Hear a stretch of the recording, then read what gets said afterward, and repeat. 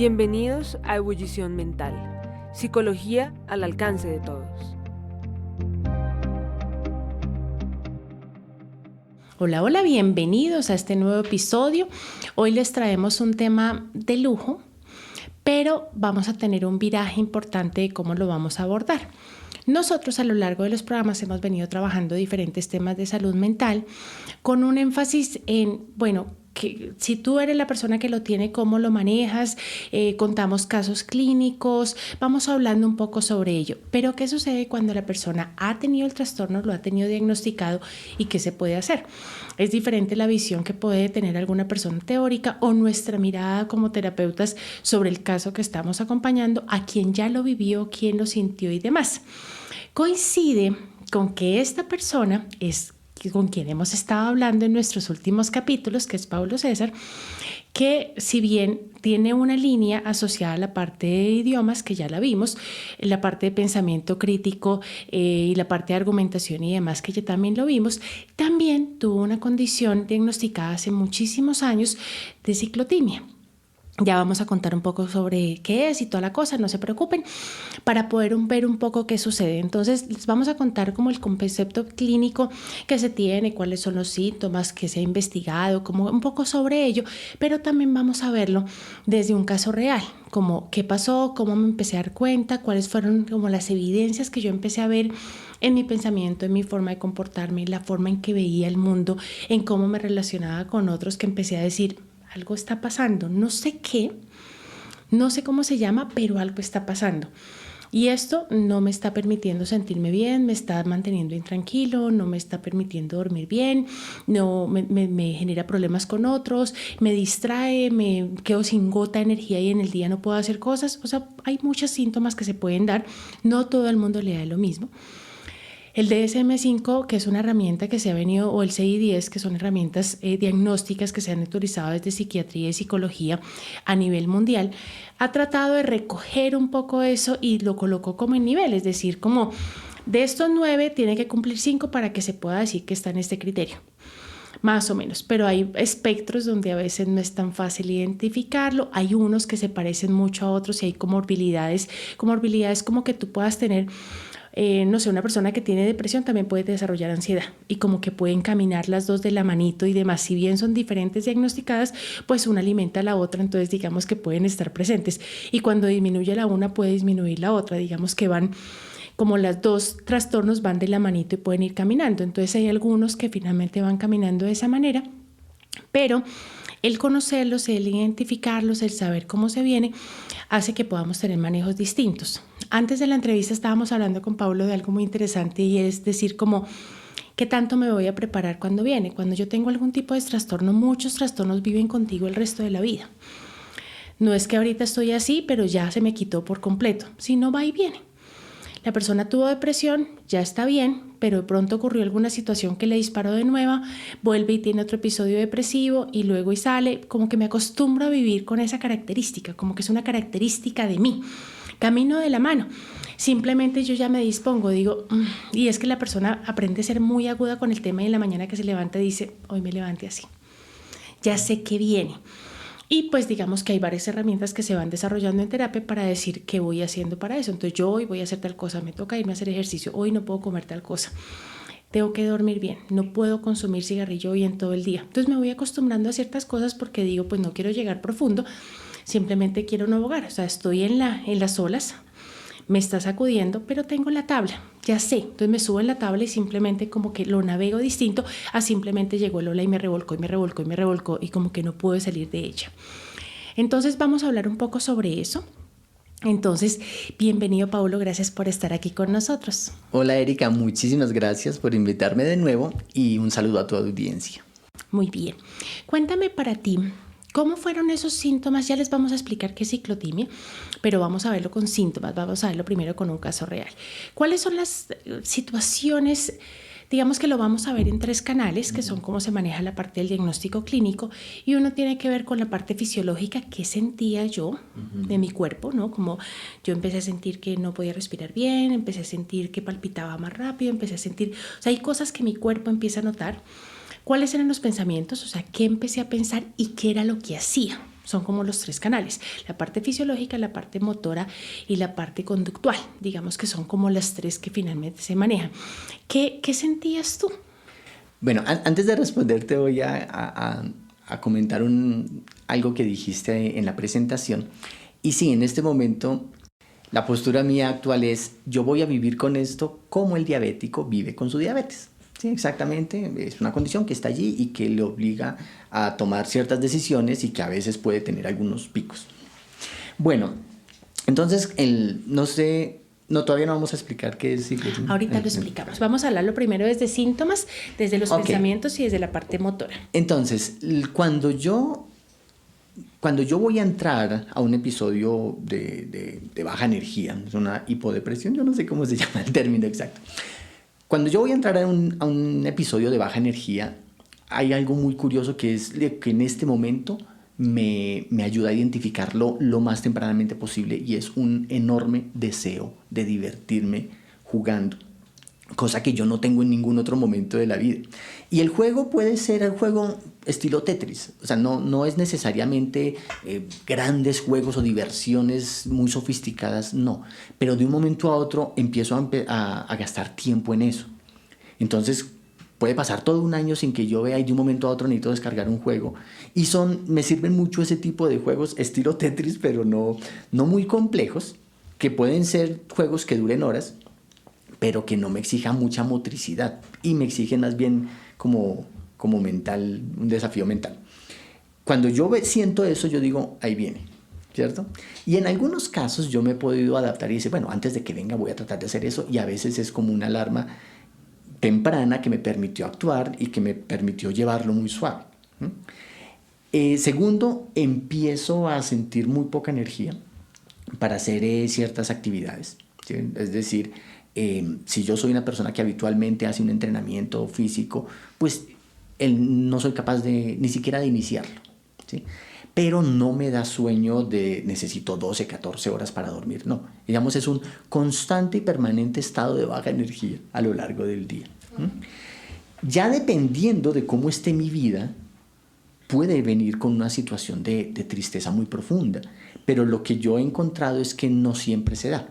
Por ejemplo, el último episodio, que fue muy largo, que fue el año pasado, estaba yo sintiéndome en el mejor momento de mi vida.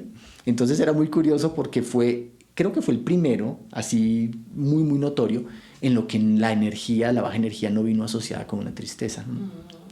Felizmente, ¿no? Incluso ese lo pude aprovechar a mi favor.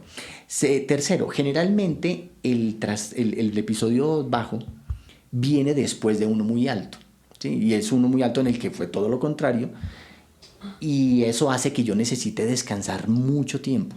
¿Por qué? Porque vengo de un episodio de mucha energía, desbordando energía e incluso siendo muy productivo a veces y sacrificando otros escenarios para poder... sacrificando descanso y sacrificando otras actividades, porque yo decía, ahí es un escenario muy productivo, saquémosle provecho, pero cuando acaba el siguiente episodio estoy completamente desbaratado. Entonces, fisiológicamente ese puede ser la explicación del episodio bajito. Con el episodio de manía, muchas veces yo no me doy cuenta en que estoy en él. La mayoría de las veces yo me doy cuenta que estaba en él cuando se acaba, ¿sí? Especialmente cuando yo lo logro canalizar en una tarea muy productiva, porque empiezo a disfrutarla y todo es disfrute, ¿cierto?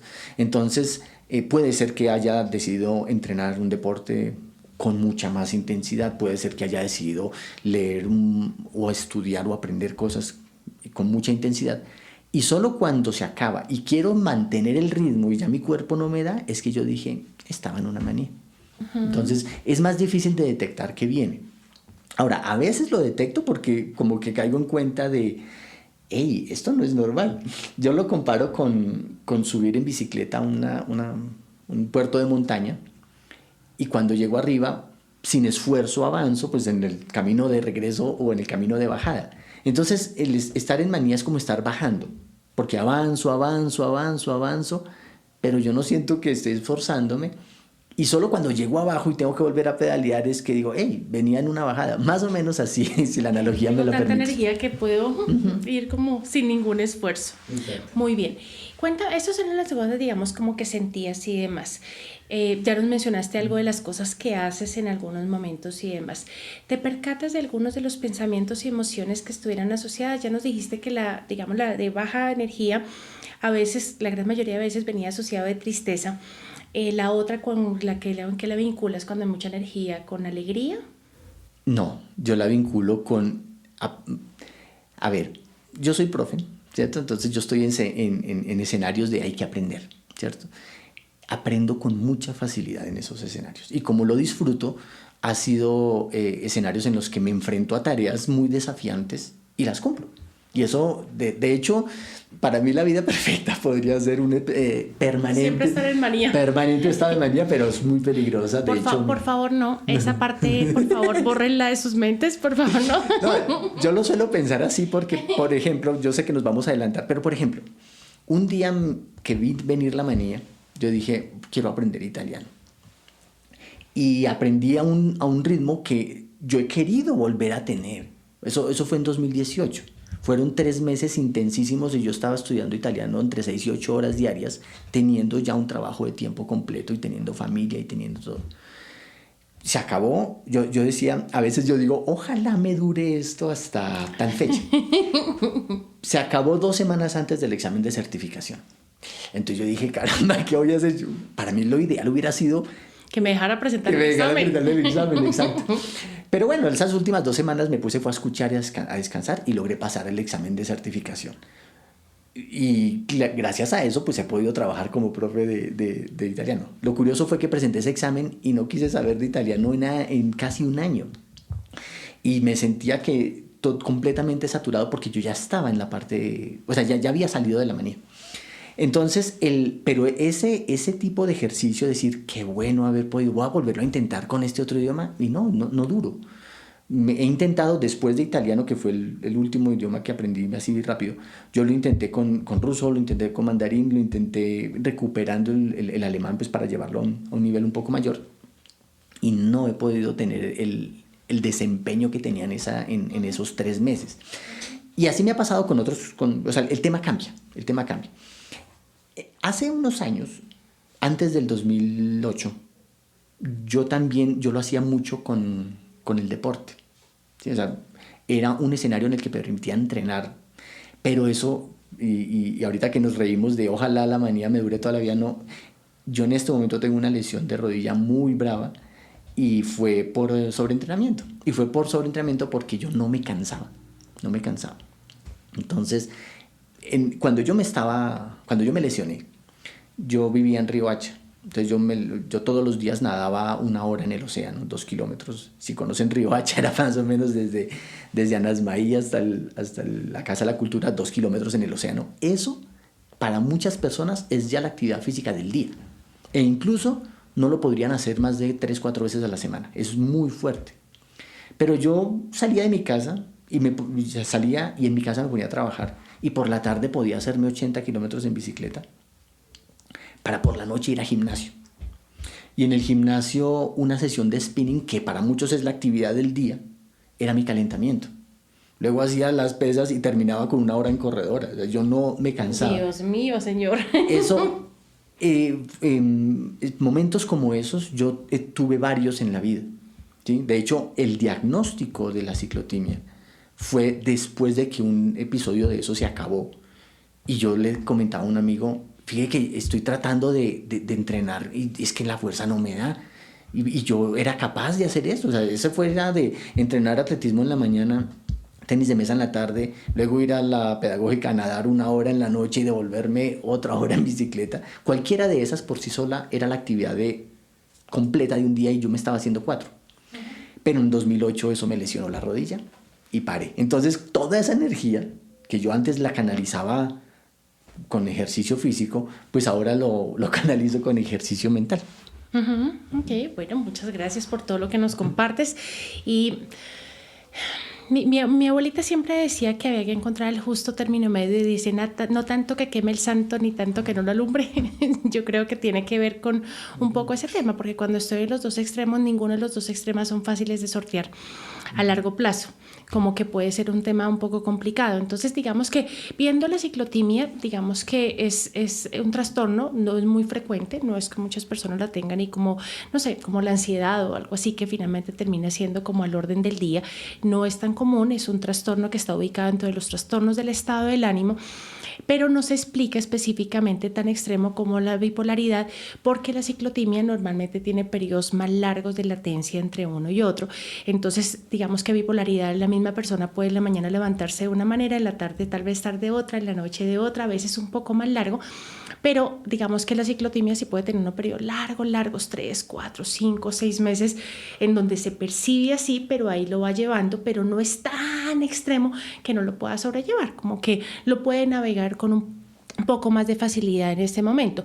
Como normalmente las personas lo empiezan a tener, empieza a tener altibajos notorios en el punto de referencia que tenga, ya sea el estado del ánimo o ya sea el nivel de energía o ya sea el deseo de querer hacer muchas cosas. Cuando la persona está en baja energía, como que no quiere hacer nada.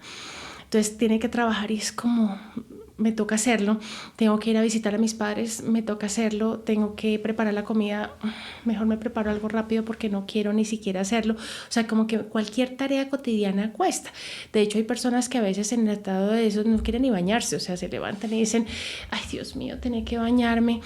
Ay, yo me dejo así, empiezo a trabajar y más bien en cualquier momento del día me ducho, pero a veces pasó todo el día y quizás no lo hizo, a veces comen una vez al día, porque hay que hacer un trabajo espacial con ese tema y digo, uy, no, para preparar, calentar, servir, lavar la loza, como que definitivamente no puedo hacer. Y hay una, digamos, una mirada un poco pesimista de cosas, es decir, uy, esto está difícil, o esto no lo voy a poder hacer, uy, no, este reto está muy grande. Y a veces los mismos jefes lo notan, como decir como, no, eso está muy difícil, y se queda mirando, pero yo siempre te delego ese tipo de cosas y las haces con tranquilidad porque esto te está quedando grande, ¿qué pasó? Y la persona tampoco sabe explicarlo, tampoco es que pueda decir, es que estoy en mi ciclo, no sé qué, sino simplemente decir, no sé, me parece grande, me parece difícil, me parece complicado, no sé por qué me lo manda solamente a mí, por qué no le dices a otra persona cómo podría ser y cómo se podría manejar. Hay, digamos que síntomas tanto en la manía como en los síntomas depresivos. Digamos que por eso son trastornos complejos, porque cuando yo estoy solamente en alguno de los bordes, pues me explica desde allí, pero resulta que tengo en los dos y tengo que aprender a conocerme en las dos fronteras, porque son fronteras diferentes. Entonces, cuando estoy en la parte de manía, puedo sentir una sensación como de felicidad, como de alegría, como todo el tiempo, como de optimismo, como de euforia, como que veo posible, o sea, como me dicen tal cosa y yo digo, de una, como que lo veo con esa mirada positiva de la vida. Puedo tener una autoestima exagerada en ese momento, de decir, yo soy capaz de comerme el mundo, o sea, si pude esto, puedo hacer esta otra y esta otra, y pues digamos que así lo puedo vivir, y por eso puedo decir que sí a muchas cosas que tal vez en términos normales diría, no, tal vez a esto no me le mido porque no voy a tener los tiempos y no voy a cumplir. Ahí la persona como que dice, no importa, yo puedo, o sea, no hay ningún problema.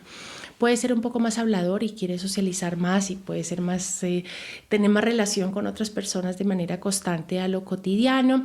Ahí, digamos que puedo tener elecciones imprudentes y conductas de riesgo hacia mí, hacia otros, y como que no pasa nada. Yo he tenido pacientes que están en etapa de manía y se van de rumba como todos los días, y al día siguiente trabajan normalmente, y al siguiente día vuelven y lo hacen, y al siguiente día vuelven y lo hacen, y dicen, no, yo me siento bien, o sea, no me siento cansado, o sea, bien, no, yo puedo. Igual estoy funcionando en todos los lados, no sé cuál es el problema, o sea, como que no notan que haya una dificultad en ese tema, tienen muchas ideas, o sea, digamos que en ese momento se ponen con un frenesí, ideas que empiezan a llegar a la cabeza de manera constante, y qué tal si hago esto y esto y esto y esto, y como que hay muchas posibilidades viables de lo que podríamos hacer. Puedo tener alguna por momentos conducta irritable o alterada, entonces pasa algo como que me puedo exasperar con mayor facilidad que cuando no ocurre esto y estoy en episodios de tranquilidad, porque no significa que el ciclotimio siempre esté en alguno de los ciclos. Es como si tuviera 3 etapas. 1, estoy en manía. 2, estoy en normalidad. 3, estoy en, digamos, la etapa depresiva. O sea, puedo tener los 3 niveles en ese momento, no solamente serían los 2 extremos. Entonces tal vez en ese momento me pongo un poco más irritable de lo normal para poderlo hacer. Puedo hacer actividad excesiva a nivel físico, entonces caminar o hacer ejercicio o tener mayor sexualidad, o me levanto muy temprano y me acuesto muy tarde y me siento como bien y sin sueño y no me siento cansado. Quiero lograr objetivos en diferentes niveles, quiero dormir menos y gastar como menos tiempo durmiendo porque siento que es una inversión innecesaria de tiempo y como que me puedo acostar muy tarde y mañana me levanto temprano y me siento bien. Me puedo distraer fácilmente porque miro una cosa y después otra que me llama mucho la atención también la quiero ver y como que todas las pongo a circular al mismo tiempo. No siempre se puede concentrar la persona de manera adecuada. Entendamos que todos estos síntomas no tienen que estar todos presentes. En los diagnósticos clínicos de 10 puedo tener 5. De 10 puedo tener 7, de 10 puedo tener 3. Si ya tengo 3, no se cataloga como que yo tengo el trastorno. Si tengo de 5 o más, sí se considera que tengo ese trastorno para poderlo manejar. Lo que pasa es que puedo tener ese y otros vinculados que también pueden estar asociados y a veces puede confundir un poco cuál es el diagnóstico real. Para eso hay pruebas clínicas, hay la entrevista, que es como la reina en los procesos terapéuticos que se maneja, la observación, autorregistros que puede manejar la persona para detectar cómo está el tema de secuencia y no solamente hacerlo mental, sino registrarlo para saberlo. Hay muchas técnicas que acompañan ese proceso. En la parte depresiva, la persona se puede sentir triste muchas veces y como desesperanzado, como tanto esfuerzo para qué o tanto trabajo para qué, o como qué sentido tiene mi vida, como que no voy a hacerlo. Puedo tener muchas ganas de como llorar y como que a veces se me escurren las lágrimas de la nada y como que soy de fácil llanto, como que eso puede ocurrir en algunos momentos. También se pueden poner irritables, sobre todo los segmentos de más niños y adolescentes que los adultos. Los niños manifiestan la depresión con llanto en muchos momentos. Cambio de peso sin motivo aparente, o sea, subo o bajo de peso sin que haya nada asociado. No estoy en una dieta en particular, no es que esté haciendo más ejercicio, no es que esté tomando más agua, sino me subí y me bajé y no tengo una explicación por algo diferente en ese momento. Pierdo interés en cosas que antes me interesaban mucho, como que esto me llamaba mucho la atención y ahora no tengo ningunas ganas de hacer eso, nada, me da mucha pereza, ya le perdí como el interés para hacerlo, y eso puede suceder también con relaciones de pareja o ese tipo de cosas, es decir, como estábamos muy bien, nos veíamos todos los días, estábamos súper conectados y ahora no me quiere ver, no me quiere contestar, no quiere estar conmigo. ¿Qué pasó? Me dejó de querer, y puede que la persona siga queriendo, pero en ese momento está en su etapa de que no me interesan muchas cosas. Problemas de sueño. A veces la persona que está en depresión no puede dormir mucho o dormir poco, puede estar en las dos fronteras para hacerlo, o se duerme y se acuesta, pero no es un estado de quietud, sino como ese inquieto está ahí, se mueve, como que no tiene paz, como que no tiene esa tranquilidad. Fatiga de manera completa y se siente lento de pensamiento también, como que me cuesta entender y procesar las ideas.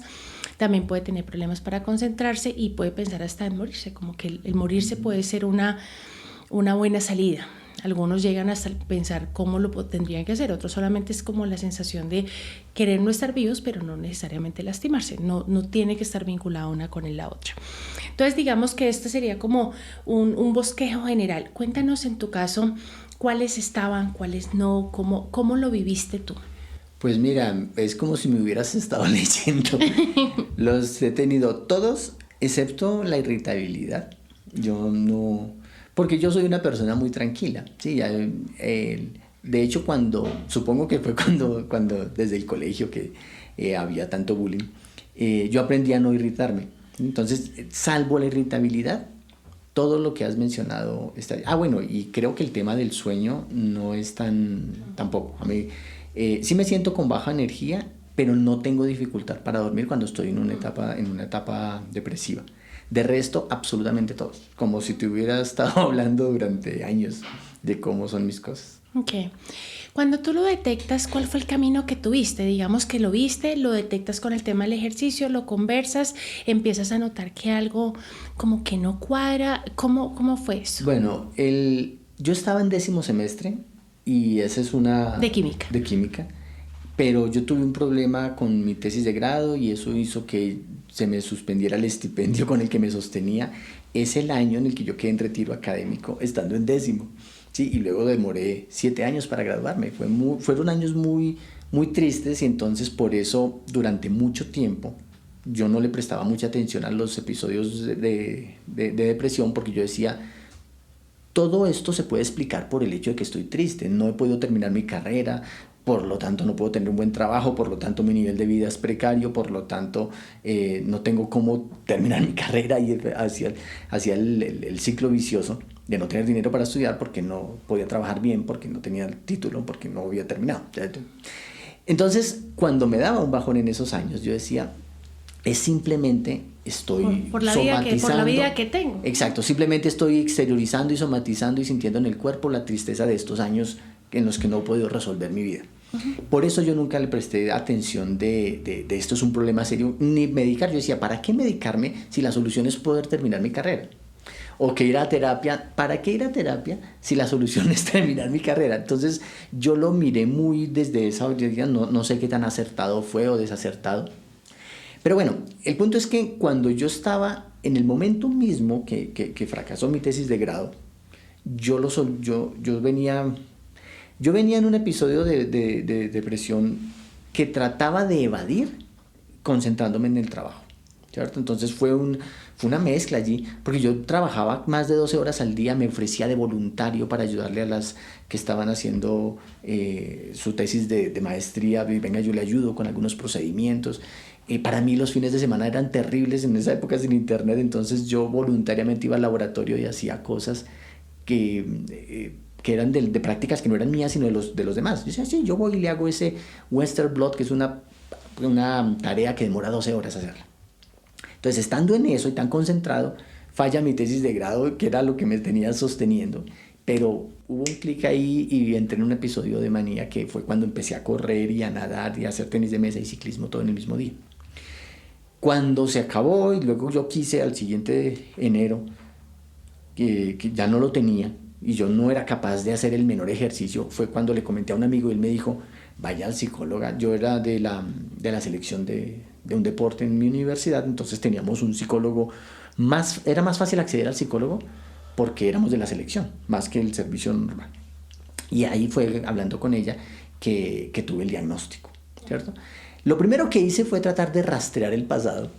Y yo dije, entonces ya entiendo qué pasó hace 4 años, hace 3 años, hace 2 años. Y encontré, rastreando el pasado, muchos episodios que obviamente no estoy seguro hoy, pero coinciden con el diagnóstico.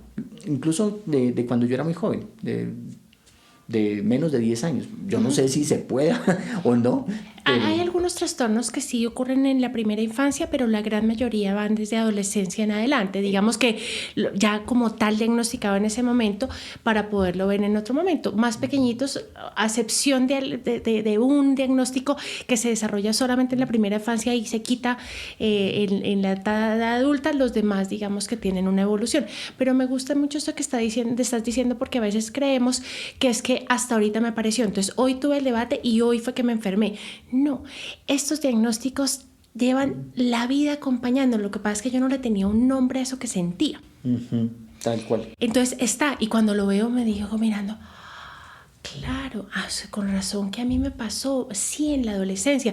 Entonces es como si me quitaran un velo de la cara y decir, ya sé por qué yo soy como soy y he sido así toda la vida. Lo que pasa es que antes de pronto era menos pronunciado, de pronto antes tenía menos impacto, porque si yo, por ejemplo, soy soltero, no tengo hijos, pues era un impacto. Si yo ya tengo hijos, es otro impacto. Si yo ya tengo una empresa a cargo, ya es otro impacto. Es decir, puede que yo lo vea ahora magnificado lo que me sucede, pero por la vida que en este momento estoy teniendo, pero no porque antes no estuviera presente. Sí, tal cual. Lo primero que hice fue rastrear el pasado y luego, a partir del diagnóstico, lo que yo veía era, sí, tengo un episodio, pero esto es explicado por cómo me está yendo en la vida, entonces no lo mejoré mucho hasta que cuando mi vida se enderezó un poco, ya el bajón tenía otro sentido, ya no lo podía explicar. Porque bueno, ya me gradué, ya no estoy en este trabajo precario, ya logré pasar al otro lado, ¿por qué sigo teniendo esto? Y encontré, bueno, eso cuando yo me fui a vivir a La Guajira, yo no socialicé, a mí no fui capaz, y a pesar de que mucha gente me ofreció su amistad y su casa, yo decía, no me gusta el ruido, no soy capaz de ser amigo como aquí significa ser amigo. Y ahí, por fin, apareció internet en mi vida y yo me metí de cabeza a aprender o sea, Internet para mí era mi trabajo, mi socialización, mi escuela, mi ocio y mi canal de comunicación, ¿sí? Y claro, cuando a mí me daban ese tipo de escenarios de bajón, por ejemplo, pues cambio de ventana y trato de divertirme con algo. O si estoy en un escenario de manía, bueno, allá todavía hacía ejercicio, pero después hacer el ejercicio era cambio de ventana y tratar de leer algo. Bueno, muy bien con eso que nos estás mencionando. Ahora, tengo entendido que tú no hiciste, digamos, un tratamiento como tal después del diagnóstico y tampoco el canal de la medicación fue algo visto para ti. No significa que cuando yo tengo un trastorno necesariamente tenga que acudir a la medicación, ni necesariamente tenga que tener todo un acompañamiento psiquiátrico y demás, no necesariamente, pero ayuda. Digamos, facilita el camino. Yo lo puedo hacer en contracorriente para resolverlo o lo puedo hacer navegando con mayor facilidad el asunto. Pero la psicoterapia sí viene siendo algo fundamental porque aprendo a reconocerlo, a colocarle un nombre, a colocar rutinas, a crear un hábito, a cuando aparezca, aprendo una herramienta. Es como crear un baúlito de herramientas de cómo la tiene. Tú ya la desarrollaste por tu propia cuenta a lo largo de todos estos años.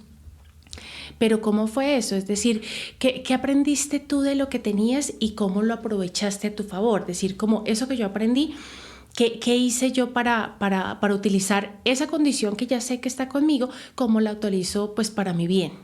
Bien, volviendo al diagnóstico, la psicóloga me dijo, hay gente que esto se ayuda con la medicación, pero que mi trastorno no era un bipolar fuerte, entonces pues yo no requería, yo podía optar por eso. Yo decidí no hacerlo, ¿sí? También por otros escenarios en los que había visto que la medicación es bastante delicada. Y como mis estados de depresión se explicaban por mi realidad, yo decía, bueno, tampoco, una vez entendido esto, la terapia no me va a solucionar realmente el disparador, ¿cierto? Entonces yo por eso, no sé, de pronto cometí un error de no seguir ese camino. Con el tiempo yo resulté aprovechando los escenarios para conocerme. ¿Sí? En 2005, 6, 7 yo llevaba un blog y hoy que lo leo yo digo, efectivamente ahí estaba desarrollando una depresión o estaba en un estado de euforia, ¿sí? Porque está escrito, pero digamos que yo siempre le traté de sacarle el cuerpo y cuando llegaron bajones muy fuertes que me han llegado con todo lo que tú mencionaste ahorita que ocurre allí, yo decía, no, yo estoy haciendo mal y tengo que hacer terapia, ¿sí? Pero yo me movía, yo no estaba todavía como instalado en una sola ciudad o en una sola vivienda, o todavía no había echado raíces, entonces no lo logré hacer hasta hace muy poco, como decir, sí, efectivamente tengo que hacer la terapia, pero ya en estas alturas yo ya sé manejarlo como un diabético maneja su diabetes. Entonces pienso que es así. ¿Cómo yo últimamente? Bueno, depende ante todo, la pareja tiene que estar 100% alineada con eso. Eso en este momento de mi vida, yo estoy casado y mi esposa entiende cómo son mis ciclos, ¿sí? Entonces, a veces, en el último del año pasado que te dije, estoy en un bajón y entonces yo nunca veo televisión, pero en ese bajón estaba viendo 3 y 4 horas diarias. Pero decía, estoy en bajón, ya tranquila, ya me pasará. Entonces, mi esposa entiende que estoy en esa situación y no va a hacer alguna crítica de qué perezoso o qué falto de cuidado, ¿no? Me orienta allí. Y cuando estoy en un episodio de su vida, también ella entiende que yo estoy con una necesidad tremenda de hacer cosas. Cuando estoy en un episodio de manía, puedo estar durmiendo 5 horas y con eso tengo suficiente. Puedo estar muy activo, aprendiendo muchas cosas. Y a veces yo diría, qué rico hacer esto con mi esposa, ¿sí? Y yo tengo que entender, o más bien, ella entiende que yo tengo el deseo, pero que no lo voy a hacer y que entonces yo puedo crear o puedo estar pendiente, estar concentrado en esa tarea sin que eso implique que yo estoy abandonando que mi relación con ella se está debilitando. No, simplemente estoy en un episodio de manía y eso me tiene ahí de cabeza metido en un tema de manera obsesiva para tratar de aprenderlo, para tratar de ejecutarlo. Entonces, pero eso, pues yo estoy casado ya hace muy poco. Sí, yo llevo desde el 2014, 8 años son muy poco. Entonces, pero antes, pues claro, hubo todo ese problema de que una novia pueda ver en un episodio de manía que hay desinterés por la relación, de manera de depresión, que hay desinterés por la relación, que no se me ocurre llamar, que no se me ocurre proponer un plan. ¿Sí? Por ejemplo, decir, ¿qué hacemos hoy? Mira, No tengo idea. Eso es algo que quizá tú no mencionaste, pero que yo sí lo noto. Empiezo a no ser capaz de tomar la menor decisión. Sí. O sea, ¿qué quieres comer hoy? Mi esposa le digo, mira, hoy decide tú, por favor. Yo no estoy en capacidad de tomar una decisión, incluso esa. Entonces, en este momento mi esposa entiende. ¿Me entiendes? Dice, bueno, yo me encargo. Pero cosas como bañarse o no bañarse, ¿sí? Eso que no soy capaz de tomar decisiones de esas, eso lo noto también. Pero bueno, y eso tal vez complemente la respuesta que di hace un momento. Cuando yo la veo venir es porque me quiero divertir y porque soy incapaz de tomar decisiones de qué me pongo, ¿sí? De qué quiero comer. Entonces, si uno está de novio y en la etapa en la que ven yo, novia, te propongo planes para que pasemos tiempo juntos o para que disfrutemos, para que nos conozcamos, para que crezcamos, ¿sí? Y uno es incapaz de tomar la decisión, pues una novia puede decir, aquí no hay interés en la relación, ¿sí? O aquí no hay voluntad de crecer, aquí no hay proyecto a largo plazo, y no necesariamente. Y entonces en esos años, claro, algunas relaciones se me acabaron por ahí. De acuerdo. Bueno, te agradezco mucho por todo lo que nos compartiste. Sé que es un espacio muy íntimo para ti y es como develar un poco quién está detrás del personaje y este tema, y esto me parece absolutamente valioso porque a veces vemos figuras públicas que tienen todo un desarrollo técnico, teórico sobre algún tema, pero quién es ese personaje que está detrás de ello y que es tan humano como todos, y que cada uno de nosotros tiene cosas, cada uno le duele algo, cada uno hay algo que no entiende de sí mismos, cada uno le pasan situaciones, y qué bueno poder ver de cara visible qué es lo que ocurre y también cómo se puede manejar. ¿Qué recomendaciones podemos tener? Aprenda a conocerse. Creo que nos ayuda muchísimo cuando yo empiezo a entender qué soy yo, qué síntomas tengo, porque no aparece igual en todas las personas. Consulte a un especialista, acompáñese. Hoy en día, digamos que la parte psicológica y psiquiátrica está muy desarrollada, entonces hay muchos elementos donde con gran certeza se pueden encontrar qué es lo que sucede, qué es lo que pasa, y hay un montón de terapias desde diferentes áreas, es decir, desde la parte cognitiva conductual, desde la parte sistémica, o sea, desde donde la mires, hay varias terapias que muestran un resultado muy eficaz para resolverlo de otra manera. Si se requiere medicación o no, que sea el terapeuta el que elija, o sea, el psiquiatra el que diga cuándo es adecuado hacerlo y cuándo no. Digamos que creo que eso es algo que debemos tener mucha precaución. Hay gente que se recomienda medicamentos psiquiátricos entre una amiga y otra, entonces me está pasando y a mí me mandaron tomar fluoxetina, yo creo que tómese media pastillita y verá que le va a funcionar. Por favor, no hagan eso de ninguna manera. Porque eso puede traer, eso tiene sus efectos, entonces hay que controlarlo, y el psiquiatra es el que sabe cuándo, cómo, cuándo, y no lo desmonte sin que su psiquiatra le diga. Hay gente que dice, no, ya me estaba sintiendo bien y yo dejé de tomar eso porque a mí esas pastas me parecen terribles, no sé qué, y lo deja de hacer, y digamos que las recaídas son fuertísimas cuando alguien deja de tomarlo. Entonces, por amor a Dios, no lo haga, sino que sea el que lo acompañe en ese momento. Después de que se conozca, después de que evalúe su historia, después de que busque el terapeuta, si elige seguir ese camino bien, si elige decir el otro bien, pero hágase responsable de usted. Hágase responsable de usted buscando todas las cosas que usted siente que le pueden ayudar.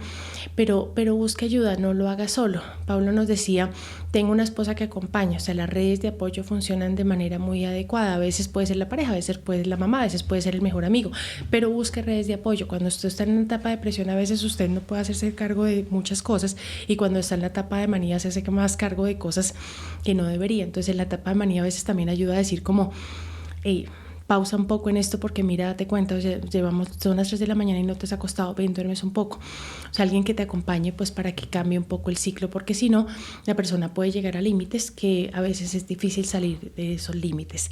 Gracias por haber estado con nosotros, gracias por acompañarnos, por todo lo que nos has enseñado en este tiempo, y muchas bendiciones para ti.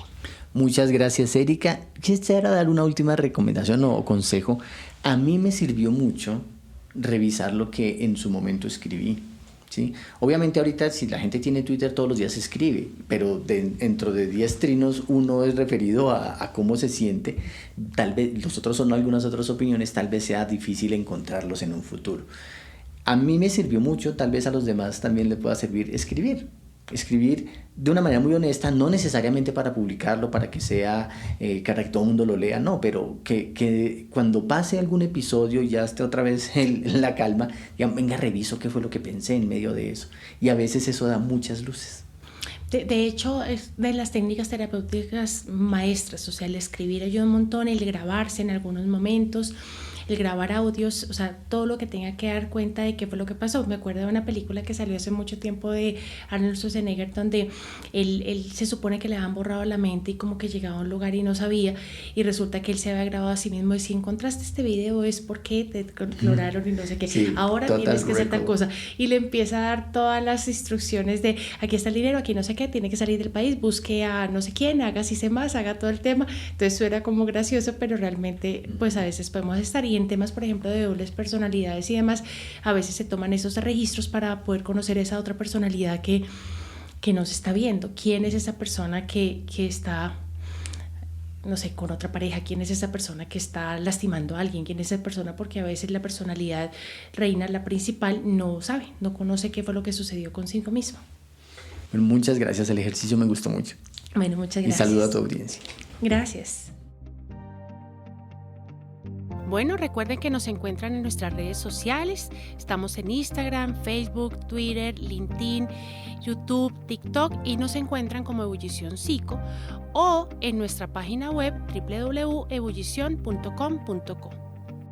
Ebullición Mental es posible gracias a nuestra directora general, Erika Marcela Rojas, Community Manager, Laura Rincón, producción, edición y mezcla de audio, Juan Pablo Guerrero y Catalina Pardo, música original por Juan Pablo Guerrero, diseñadora Paula Casallas.